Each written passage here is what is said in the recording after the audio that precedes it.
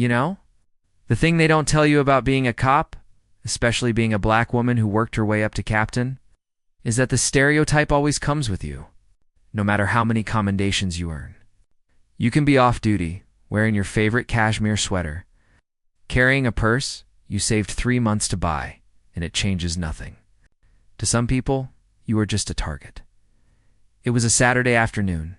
Finally, some quiet time. I was at the Stonegate Galleria looking for a birthday necklace for my niece Zoe. I was relaxed. I was Captain Ava Reed, 200 officers back at the precinct, but in that moment, I was just Auntie Ava. That peaceful feeling lasted exactly 7 minutes. I caught their reflection in the polished glass of a display case. 2 security guards, Barnes and Finn, maintaining that clumsy, predictable distance. Barnes, the taller one, spoke into his radio, staring right at me. And then I heard it not subtle at all. Copy that. Barnes crackled. Black female, brown leather bag, blue sweater, keeping eyes on. 2 decades on the force, I could spot surveillance a mile away. The urge to just spin around, flash the gold shield, and watch their faces drop was almost unbearable. But I was off duty. I wouldn't let them steal my peace. I took a breath, told myself, Ava, don't let them win this one. I walked into Bravura Jewels, a high-end boutique. The clerk behind the counter, a woman named Brenda, stiffened visibly. The smile didn't reach her eyes. I kept my voice steady, pleasant. I was just looking for a simple silver locket, the kind Zoe had been hinting about. Then Brenda showed up right at my elbow. These cases are locked, she announced, unnecessarily loud. Items can only be removed by staff. I turned, giving her a look that usually stopped a fight in a back alley. I understand, I said. When I'm ready to see something, I'll let you know. She didn't move. Instead, her eyes darted between me and my purse, and suddenly, the beautiful leather bag felt like a spotlight on my hip. I straightened up. Actually, I said, I'll take the butterfly locket. Let's finish this up. It's when she went for the kill shot. She stepped back, pointed a shaky finger at my bag. I need to see inside your purse, she said, her voice sharp. A piece of jewelry is missing from this case. I saw you slip something inside. The boutique went quiet. I could feel the heat rising up my neck. Fury. Not fear, but pure. White-hot fury. That is absolutely false, I replied, my voice dangerously low. You have been targeting me since I walked into this store, and you have no right, no probable cause to search my property. Then Barnes and Finn materialized, blocking the exit. Ma'am, please cooperate, Barnes said, hand hovering over his radio. Empty your bag on the counter. I drew myself up to my full height. That uniform, that mantle of authority I wore for 20 years, settled over my shoulders even though I was in a blue sweater. I will not, I stated firmly. This is harassment. You're targeting me because I'm a black woman, and I will not submit to this humiliation. That was the line. Barnes grabbed his radio. Code 10 at Bravura Jewels. Subject, refusing to comply, requesting police backup. And that's when Officer Marcus Kane strutted in. He was the swaggering enforcer. The one whose complaints regularly crossed my desk at the precinct. Aggressive arrests, targeting our community. He took one look at me, well-dressed, refusing to comply, and that familiar smirk twisted his face. Always the same story, isn't it? He boomed. I tried to use my professional voice, the one I use to de-escalate hostage situations. Officer, this is a misunderstanding that could be easily resolved by he didn't let me finish. Without warning, he grabbed my shoulder and slammed me against the glass wall. The impact jarred my teeth. I felt the cold glass against my cheek as he pressed me harder. Don't tell me how to do my job, he snarled close to my ear. Hands behind your back, now? This is excessive force, I declared loudly, making sure the growing crowd heard me. I have rights, and you are violating them. He laughed, a smug, ugly sound, and yanked my arms back, cinching the cuffs unnecessarily tight. The crowd was recording, phones up everywhere. I focused on holding my head high. I would not let them see me break. I'd faced down armed suspects, but this betrayal by my own department felt worse. We got to his patrol car. The sun was harsh. I looked at the growing crowd of onlookers. This was the moment.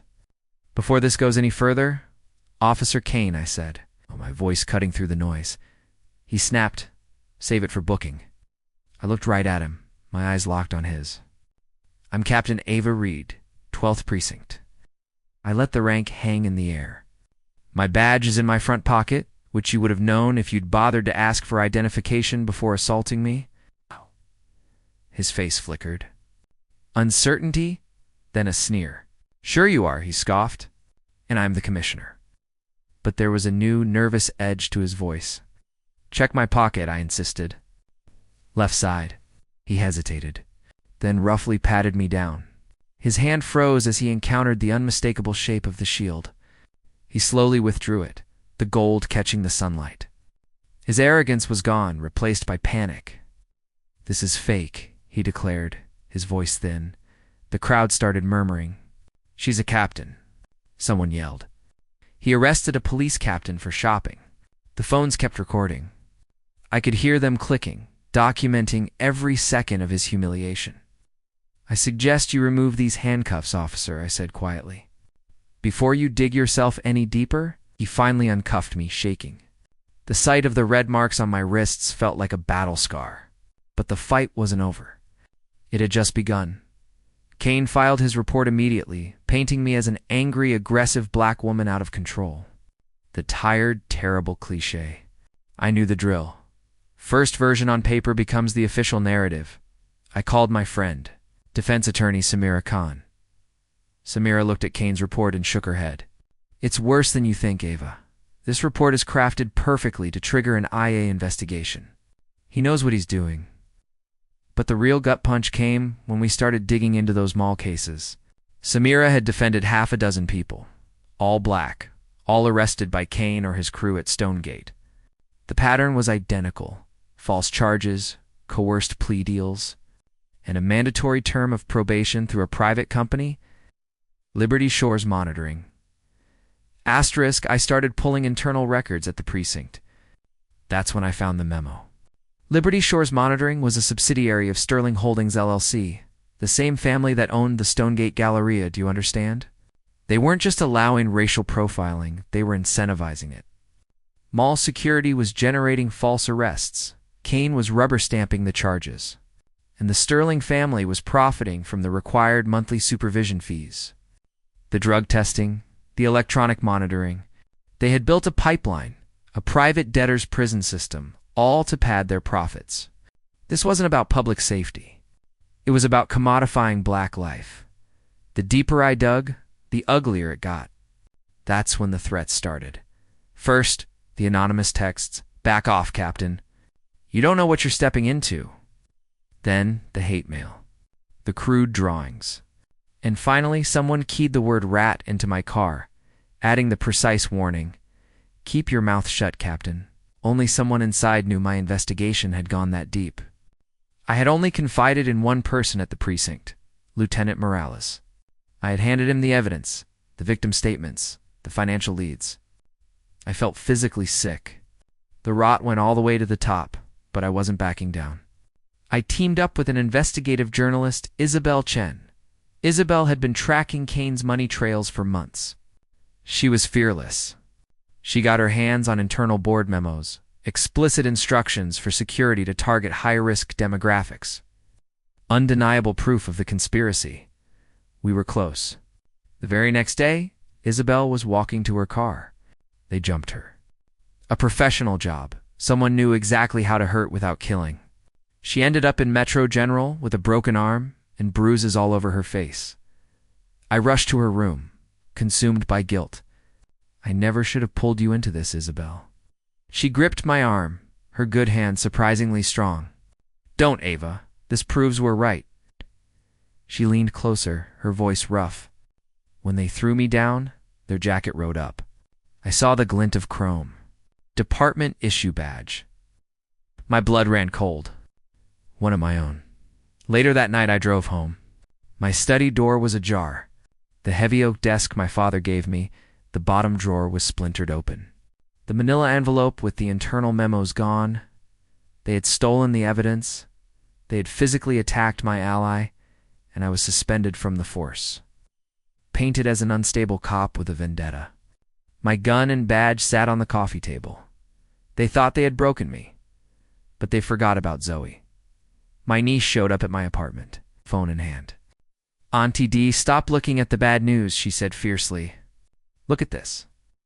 The video of my arrest, the full unedited version, had 5 million views. People were sharing their own stories about Kane, about the Stonegate Galleria. Captain Reed is a hero for standing up. "We stand with you, Captain. You started something, Auntie D," Zoe whispered, squeezing my hand. "The truth is out there now. They're listening. And they're angry. Not at you, but at them." She was right. I wasn't fighting for a job anymore. I was fighting for a movement. And then, Isabel called me from her hospital bed.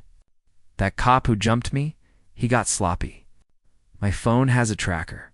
He turned it on, and it started uploading everything from his device to my cloud. We had hacked the attacker. It was Officer Ruiz, Kane's partner. We had it all. Spreadsheets, bank statements, emails between Kane, the Sterling CEO, and even the local judge, discussing quotas and expediting guilty pleas. They weren't even trying to hide it. The final stage was City Hall. I walked into the council chambers on Thursday night. Every seat was packed. News cameras everywhere. I slipped into line, the evidence folder feeling heavy and solid in my hands. I saw Kane sitting near the front, laughing with the Sterling CEO. Their comfortable arrogance made my stomach turn. Then my timing hit. A wave of light flooded the chamber as phones lit up. The raw, unedited footage of my arrest was live. Kane's laughter cut off. Mayor Thompson started banging his gavel frantically. I stepped up to the podium. "My name is Captain Ava Reed," I said, my voice clear and strong. 2 weeks ago, I was falsely arrested. But this isn't just about one incident of racial profiling.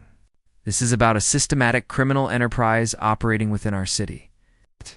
I laid out the documents. I pointed to the Sterling CEO. I pointed to the email chain with the judge. I spoke about the quotas, the kickbacks, the hundreds of innocent people trapped in debt. Kane erupted from his seat, charging the podium, hand twitching toward his empty holster. "You're under arrest for defamation?" He roared. But before he could reach me, 2 figures stepped into his path. Officers Lynn and Sergeant Walker from my own precinct. "Stand down, Kane," Walker said firmly. "You're not arresting anyone," the chamber erupted. The crowd was on its feet, chanting, "Justice, justice, justice." The state attorney, Patricia Walsh, shouldered her way through the chaos. "Captain Reed, I need those documents. All of them now." I handed her the folder. The hatred in Kane's eyes as he watched me was pure poison, but I didn't look away. I had spent too long looking away from ugly truths. And then I watched as Sergeant Walker, his face grim, snap the cuffs onto Officer Marcus Kane. The man who tried to destroy me was led away. The Sterling CEO tried to slip out the side door, only to be stopped by state investigators. The system I had fought for 20 years was finally starting to dismantle itself. 3 days later, I walked back into the Stonegate Galleria. This time, I was in my uniform, badge polished, heels clicking loud against the tile. The few remaining security guards snapped to attention and saluted. The mall was quiet under investigation. As I walked past the shuttered Bravura jewels, a young woman, maybe 20, stopped me. She was crying. "My brother was one of them," she whispered. "False charges. They bled us dry with those fees. His case is being reviewed now." "Thank you, Captain." "Thank you," squeezed her hand. I wasn't a hero. I was just someone who got pushed too far. But I stood there, under the high ceiling of that mall, and I knew that the truth, once it gets out, can't be put back in the box. My question for you is this. When does a stereotype become a business model? And when we see someone being profiled, someone being targeted, what is the real cost of looking away? That day they tried to frame me for shoplifting, but what they really tried to steal was the dignity of an entire community. They failed. Tell me in the comments below, what is the most obvious case of profiling or injustice you have ever personally witnessed? And what, if anything, did you do about it? Like this video, subscribe for more stories of justice, and let your voice be heard. We're watching.